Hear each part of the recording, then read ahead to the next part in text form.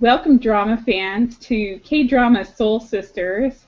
I'm here with Wendilynn. Hey! Miri in Korea.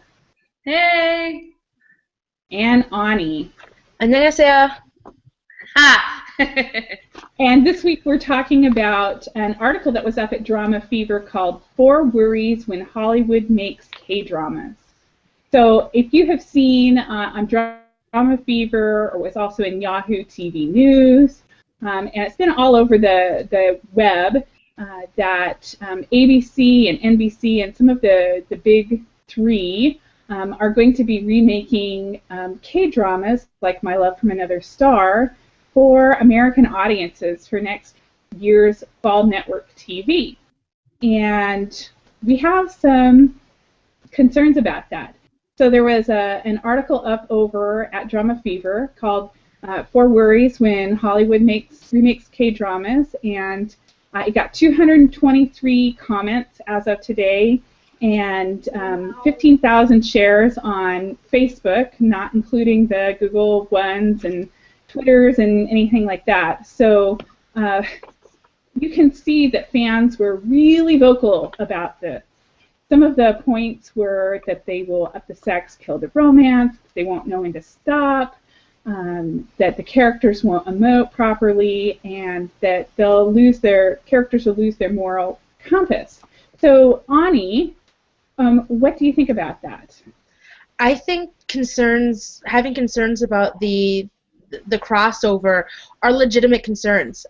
There seems to be a pattern with American TV versus, obviously there's a pattern with American TV versus Korean TV and what's acceptable on both sides, and our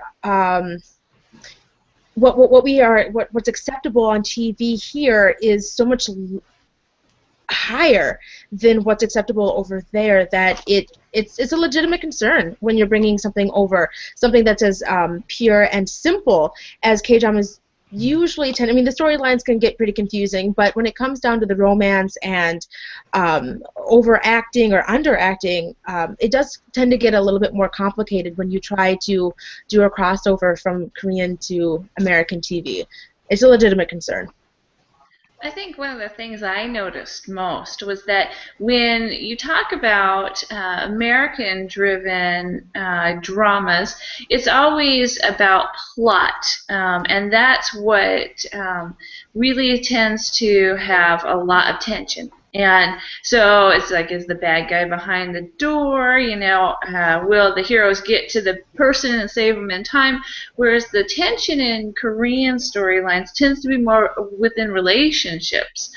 Is this relationship going to develop? Is there, love relationship between the, main protagonists? What's going to happen? And I think Americans tend to drop some of the relationship end of it in favor of, more of the storyline instead. And that's what I've noticed. And I think that's one of the shames about American TV is that they'll jump right through all these relationship hoops, like as a check in the box, they're dating, so then they have to kiss, and then since they kissed, then they were going to sleep with each other, and then eventually they're going to get married or break up, and there's not like any, you don't care because you don't see like the struggle to maintain that relationship. Mm-hmm. Well, and we have this idea running around that if it's love, then there shouldn't be any struggle. It should just be easy and magical, and it should just Disney sums it all up. Right. Well, I think modern TV has even taken it beyond what Disney took it to. Yeah. Because in most Disney, you still have the lovers overcoming a problem, and so often nowadays it's like if there's any problems, then that means it's not real love, because real love wouldn't come with problems. Right. Well, that's not the case with K-dramas. It's all about how the lovers overcome problems together, no matter what they are. Right. And that is or having family step in and say, hey, it's not worth it, or no, that's not going to fly, and having the kids actually trust their parents about relationship.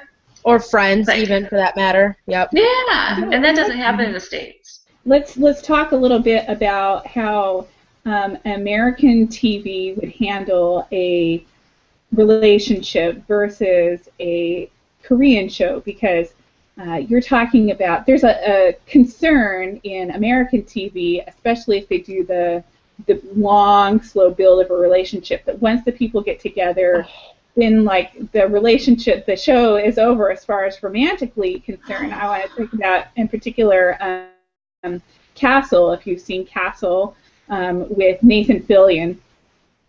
His character, Richard Castle, had this long, will they, won't they, with the lead detective on the show, and it got deadly boring as soon as they got together. How is it that Korean shows manage to get the couple together? I mean, not together, at most you get, the back hug or the kiss, the fully clothed wrist grab, but the wrist grab, right? But there is still, you still care about where the relationship is going, versus like on Castle, once Castle and Beckett were together, it was like, don't care, How do you think that plays out, Miri? Well, I think you've already invested in the Korean drama, in the foundation of that relationship, and you know how hard each character struggled to at least even acknowledge feelings and those kind of things. And then finally, they're together, and you really, really either want them to stay together or you think that's the worst relationship ever, but you're invested emotionally in it. And I remember watching Castle and thinking, once they kind of realized they liked each other, because it was more about solving crimes than it ever was about their relationship. I mean, their relationship was anecdotal at best, and that was it. I think a lot of that plays into that, though, is the length of the shows that, the difference. I mean, we're going to touch on it later, but, when you're watching a K-drama, you have 16 episodes to get these two people together in a believable way, and so you don't have a lot of time for them to stagnate like they do in American dramas, because in American dramas you're supposed to, they want to keep the series going, so they're throwing more and more things at them, and the more and more you watch, when they do get together, you're just kind of like, okay, and you're like, all right, done. That was the whole point of the show, right? And it's not. And then they have to make the show about other things, because the main goal has already been achieved, that these two people have gotten together.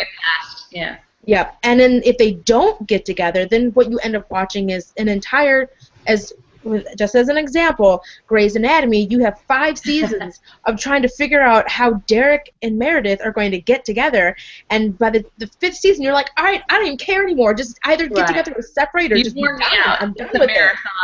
Yeah, you wore me out. It's a marathon. It's open-ended. There's never going to be resolution, so you give up on the whole thing. Exactly. Whereas with the K-dramas, you've got a definite story arc. It's only going to go this long, and then we're going to be done. And boy, that was a great story to watch. And you almost you're okay with being invested in that relationship, because you're only going to be in that relationship for 16 episodes or 20 episodes, versus having to invest in something that's going to be long-standing, years down the line. Well, I admit though, when I pick a drama, I go and look at the episode length and go, do I have time for that relationship or not? No, I just want to date them. 16 episodes is fine. If I want to marry them, 50-plus episodes is okay. Well, let's talk about the pros and cons then of this contained story versus the ongoing series that we get with the United States. Now, like British shows, they do this too. They have the self-contained, we're going to tell this story at this time, and sometimes they'll come back to it, sometimes they won't, I think of Doctor Who, which has gone on for like 30 years, and then you've got like the original Office, or Extras or something that was like, it's one and done, there are definite pros and cons to both. What do you think about that, Wendilynn? Do you think that... Well, it depends on the story, because what does the What are the writers trying to do? What is the story they've originally started out with? And sometimes the storyline allows them to add things like Once Upon a Time. Once Upon a Time, we're going on, what, 4 or 5 seasons now? And thanks to all the different fairy tale characters, they've got lots of different things to add. But it is, it's still going really long. But then on the K-drama side, I think of, in this case, Who Are You? With Taekyeon and the other girl's name who I can't think of, where we, the part of the story where they were in the Lost and Found and they were connecting to the ghosts of the individual objects, that part of the story I could have watched another 20 episodes of. That part of the story was so good that 16 episodes really wasn't enough. I could have gone longer on that one. So it really depends on what the storyline is, because sometimes certain storylines work better going longer, and some storylines you really don't want to take it longer than 16, 20 episodes. Well, and I think generally the writers of most K-dramas do really well in with a certain set episode number of keeping the writing tight and things rolling along, even as they do all kinds of crazy curveballs of all different kinds. I mean, how many dramas have we watched where there's a car accident and there's amnesia, cancer, family members that we have never seen before. But sometimes, we do get, I'm thinking of in You're All Surrounded, Jae-yeon as Park Tae-il. Did you guys watch You Are All Surrounded? I haven't quite made it to that one yet. He was one of the guys on Cha Se-won and Lee Sung-gi's team, and they started building up this storyline about why he was part of the police force and was disowned by his family, and they keep adding to it, and you think it's going to be something like super crazy special, and it was like his brother died and his family was unhappy because his brother was gay. And I'm not saying that wasn't important, but it didn't go anywhere because they had been building this big, long police corruption thing, and you thought, oh, it's going to be part of the corruption, and it was just, it kind of went nowhere, and it was important to him as a rounded character, but it didn't add anything to the storyline. And I think that's something that you see a lot in American dramas. There's things that are just thrown in just to throw it in, they have to make really part of the storyline. You have 23 episodes. On an average, you've got anywhere between 23 to 24 episodes in a season. Not in a series, but in a season. So you have to somehow maintain people's interest for that long. And the only way to do that usually is to throw in a second, well, in American dramas you don't have second leads, well, you do, but they're not, anyway, to throw in the curveballs, to kill somebody off, make somebody do something evil that they would normally not do, so then you're struck back going, what just happened? So then you watch it next week with the main goal of attempting to get another season added on.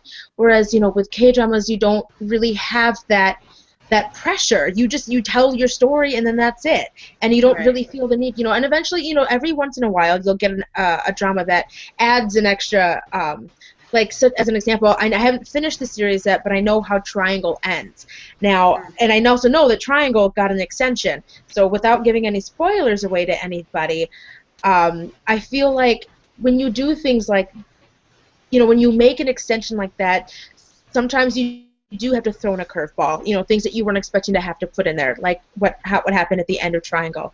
Another example is an American show. Bones did the same thing the 3rd season. They had that remember that writers' strike that they had how many years ago? Well, Bones was taken off air for probably a good 2 or 3 months. And so when they finally came back, the story that they had originally intended to write wasn't going to work because they had taken this long hiatus. So what they ended up doing was, and I don't know if you guys all watched Bones or not, but they made one of the main characters be a bad guy, and then they cut him from the show.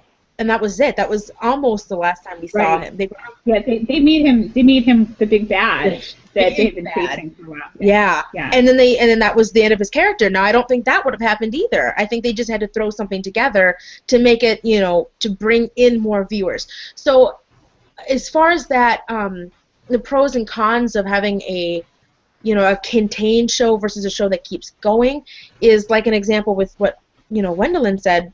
There are certain stories that you could just watch. I could have seriously been okay watching My Love from Another Star for another 20 episodes. I would have been totally okay with that. And then to have it cut. And my fear when you bring it over here is that they're not going to cut it. They should cut it. Well, I think the American movie and television industry is all about keeping things so open-ended so A, they can please their viewers by throwing that character at them week after week, and B, making sure that it's open so they can get more money. And instead of just saying, hey, that was successful, let's end it and repitch a new drama, which is what they do over here, they try and say, let's just maintain the same old, and it's kind of boring for so far, right? Yeah, but it's boring. You only get like a couple of series that are really successful, and everyone else peters out. And not anyone gets a real chance at that pie once Star Trek is in, or once CSI is in. Then it's like, ooh, right off that time slot. I wonder how much of that is due to the different processes that Korean TV movie industry goes through versus American movie and TV I'm sure it's different. Because you hear the stories out of Hollywood about how crazy it is to get any project greenlit, and how to pitch a pilot, and why executives do what they do. You hear these crazy stories, and you wonder that anything makes it to TV, quite frankly. And I wonder if that's just a more streamlined in the Korean way of doing things, just because it could be that the industry is much smaller. Yeah. I think that is, and I think there's probably a lot of everyone knows everyone, because South Korea is the size of the state of Kentucky approximately, and then you've got California, which is like 2 or 3 times bigger than that, and that's just one state. That's not counting New York and all the other broadcast centers within the United States that actually generate stuff, or BC. British Columbia, which is our neighbor, and it's just crazy. Well, and you have, I imagine that because they have these short 16 to 20 episode shows, it allows more writers to have an opportunity, more actors to have an opportunity, where the longer seasons here in American TV, you get people that are kind of trapped to a spot.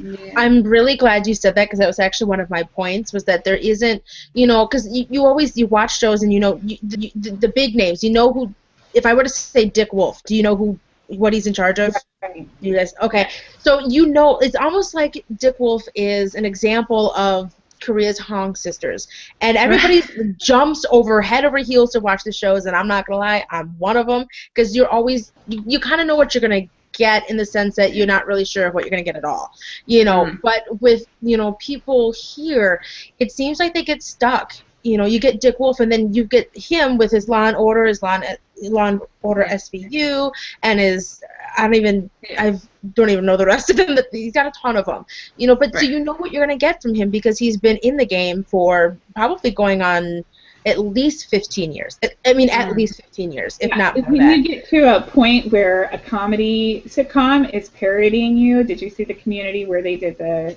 Law and Order one? His style is kind of ridiculous.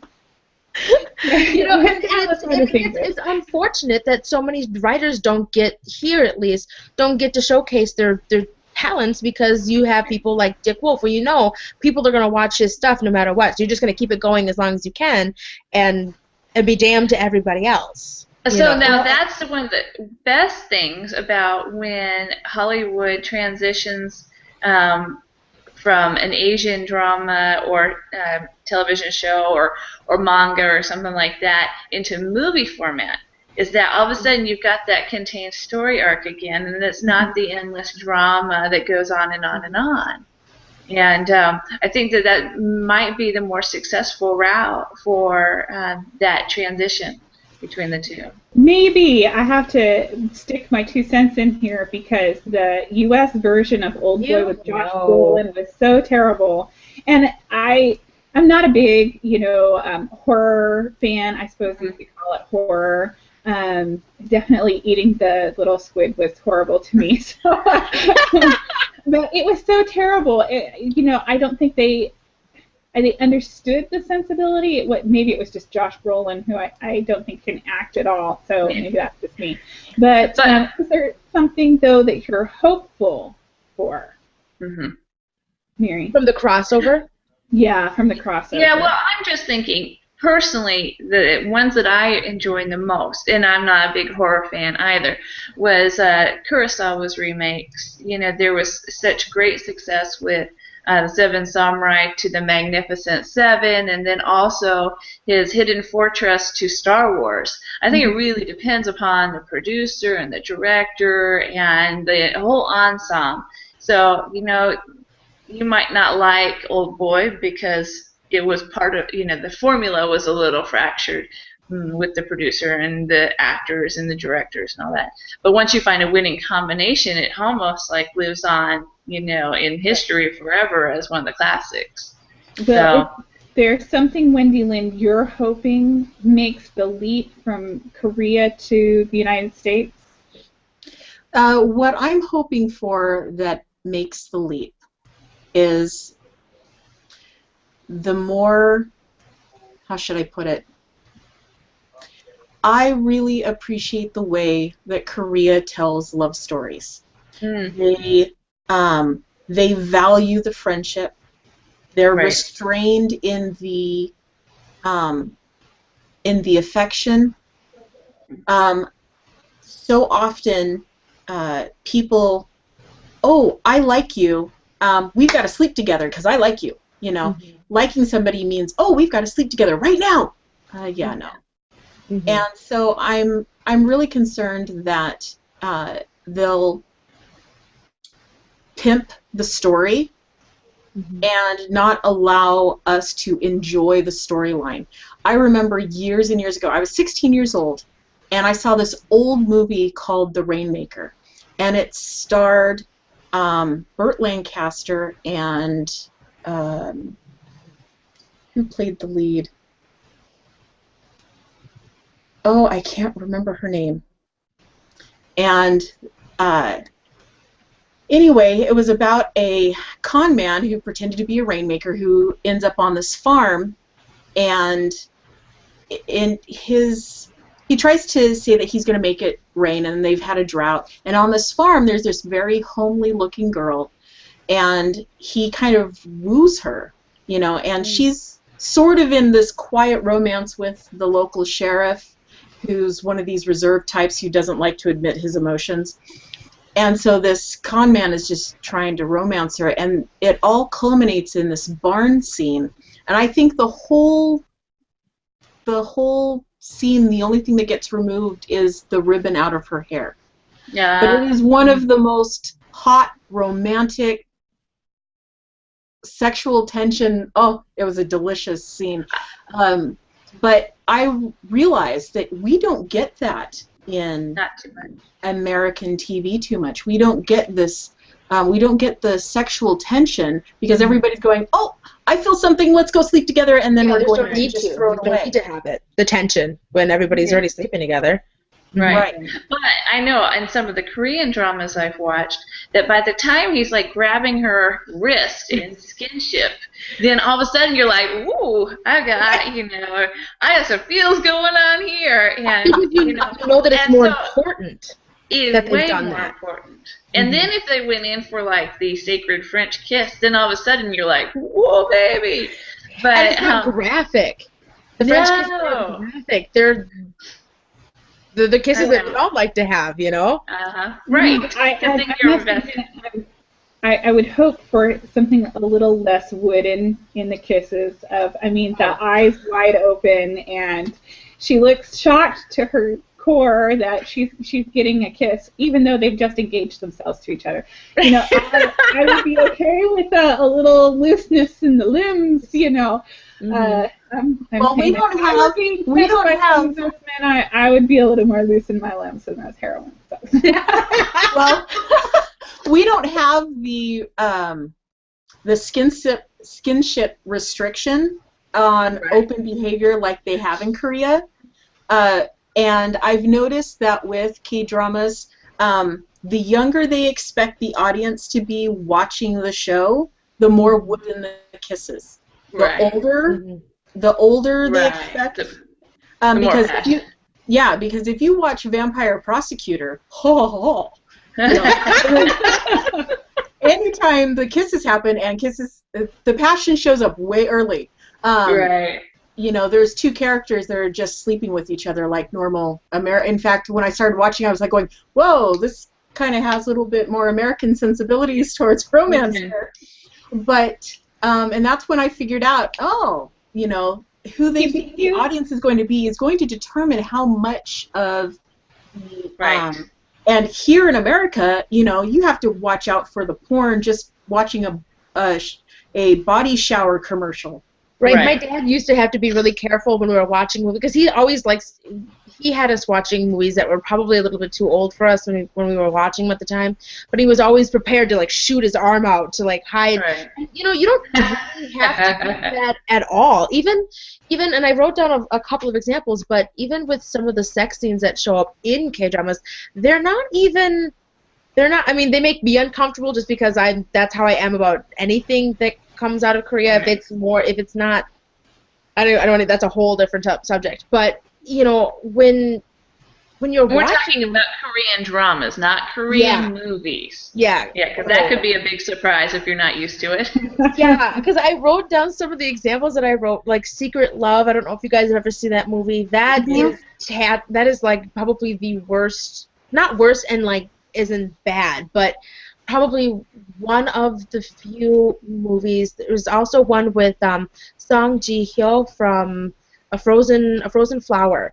A Frozen Flower, yeah. Yeah, where you're just like, whoa, oh my God, I will never watch Running Man the same way again. It was, and the funny thing was the actor, and I know you guys can help me. In Sung, he was the actor in. In Sung. Thank you. He just had a drama that just aired.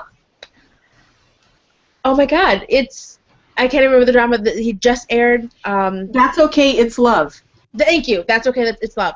You know, where I had seen him do That Winter the Wind Blows before I'd seen that movie. So it was really kind of a shock to see someone that I had actually known and knew of prior to watching that movie do a scene like that. Whereas now, if I see Bruce Willis in a sex scene, it's nothing. It's like, oh yeah, just another sex scene he's in. Got it. Yeah. And you kind of blow past it.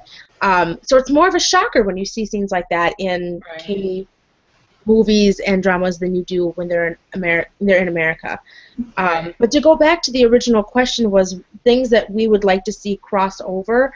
I think I'd like to see nothing cross over in the sense that I don't want them to add anything to the story that's already perfect as it is.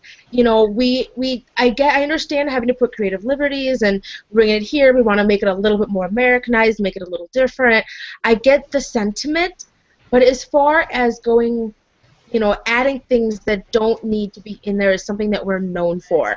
You know, how many scenes have we watched, you know, where there's a lot of deleted scenes, and it does, to me, watching a crossover is like watching the deleted scenes. Like, all right, I don't know why you put that in there. That didn't need to be in there. All right, skip, you know.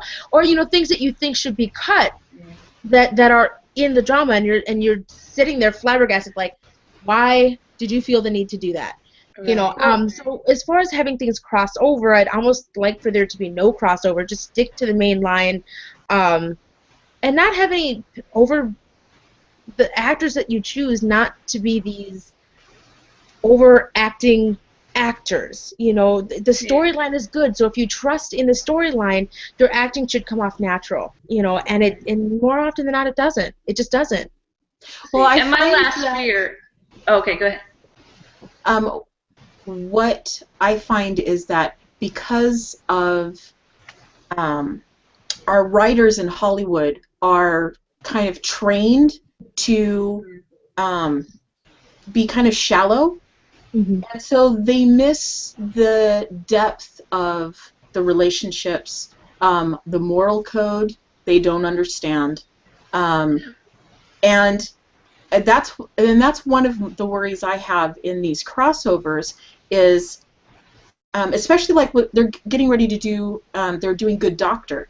Now, I love this drama. We've got autism in my family, so I was really curious to watch how they were going to handle that subject matter. And Ju-won, I fell in love with him as in that character because he was so believable. But I loved the sensibility that, which is what we know in my family, is that just because you have autism or whatever that makes you just a little different, it does not stop you from being a productive member of society. You're just going to look at life just from a slightly, different viewpoint. And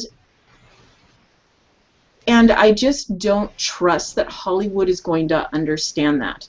And I'm going to use an example that may make the people who watch this just kind of roll their eyes, but I'm going to use Twilight as an example. Twilight is a really great story about people who are in love sticking it out through hard times. You have guys being gentlemen, and I know a lot of people really hate the character of Bella, and they think she's weak, but she was never weak, ever. Not in the books. Not in the books. But the movie did not understand that, and the movie also did not understand that these guys could have been anything. They didn't have to be werewolves or vampires. They could have been anything. And there would have been this amazing love story, but Hollywood didn't like that. And in fact, the girl that did the screenplay she is from the series about the serial killer. Dexter.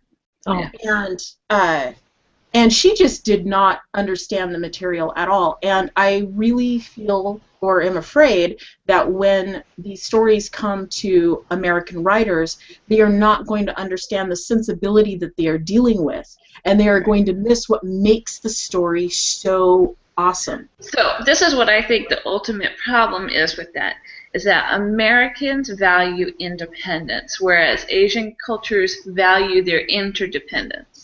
There is a whole thing about family obligation, and beyond that, if you're in an office environment, you're obligated to the people around you. If you're the oldest one, you need to take care of your juniors. In the school system, if you're older, you need to take care of your juniors. And so there's this whole sense of ownership about maintaining other people's health and well-being and relationships.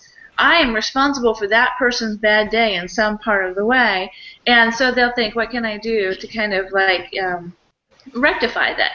In America, we think that's their fault. I'm having a great day, and so this understanding of our interconnectedness is totally different, and really kind of undermines America's attempts, I think, to reproduce what is an Asian drama, and to understand why do we care about that relationship so much is because we've bought into that system a little bit, and whether it comes out in romance and morals or whatever, we want to feel connected to a group that's bigger than just our own individual selves.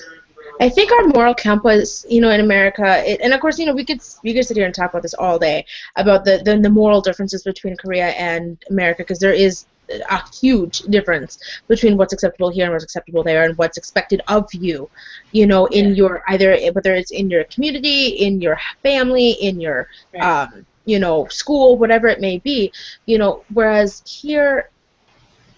It really isn't. It's about me. It's instant gratification. It's what can I do for myself. And if I help you along the way, then that's great. Right. But ultimately, what I'm worried about is me. Right. And it comes over in K-dramas, very, very well. When you watch it, I think that was one of the things that drew me to the Korean culture was that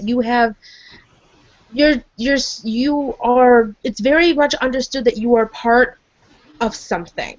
You Right. are, whether you're a cog in a wheel or you are very much a part of a bigger picture.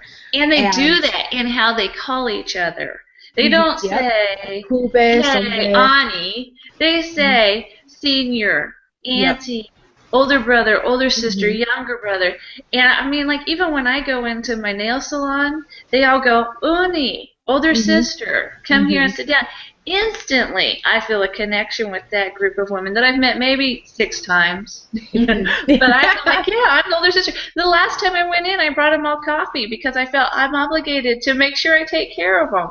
And it's that thing. Now, just imagine having grown up in the culture, that dependence upon maintaining relationships. All right. Well, Well, and I have some of that because I grew up in a very large family. I'm the oldest of 7. Yes. And so, I understand that interconnectedness because I have a sense of responsibility to my younger siblings, even though we all live in different states now. I don't live near any family. I have no family around here, and that's a bit of a burden.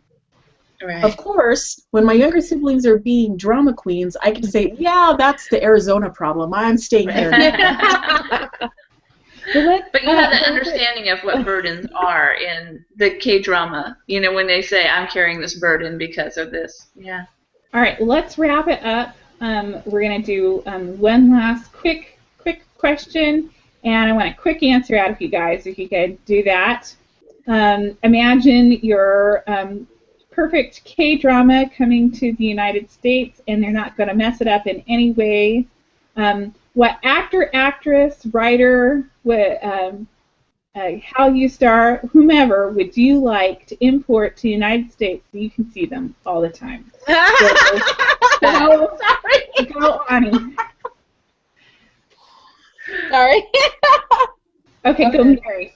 Well, Okay, anything that the Hong sisters do, I like, of course, the whole lineup of guys, Gong Yu, you choose one. Choose one.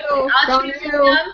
And I like, what's her name from My Girlfriend is a Gumiho? Shin Min-ha. Yes, yeah, I like her a lot. And I want romantic comedy till my hair turns gray. Okay, Aunnie. Simple. I want Hyun Bin and Ha Ji Won, by far my 2 favorite top. How could I forget? Right.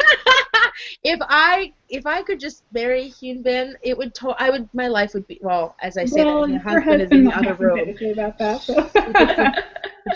All right, Wendilynn. What? Oh my goodness. Well, you knew I was coming to you.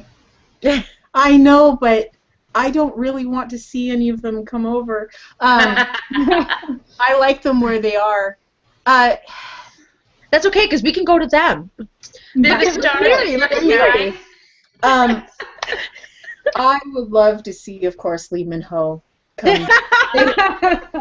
Dress him. They need to dress him in gray all the time. Oh, I tell you what. Half the time, I didn't even know I had a thing for guys dressed in gray until I started watching K-dramas, and then I found out, like some people like blue eyes, some people like dark hair, whatever. No, these guys wearing gray, and I'm sunk. And Lee Min-ho, of course, is the best in that color. Although shout-outs to Top with his wiener dog.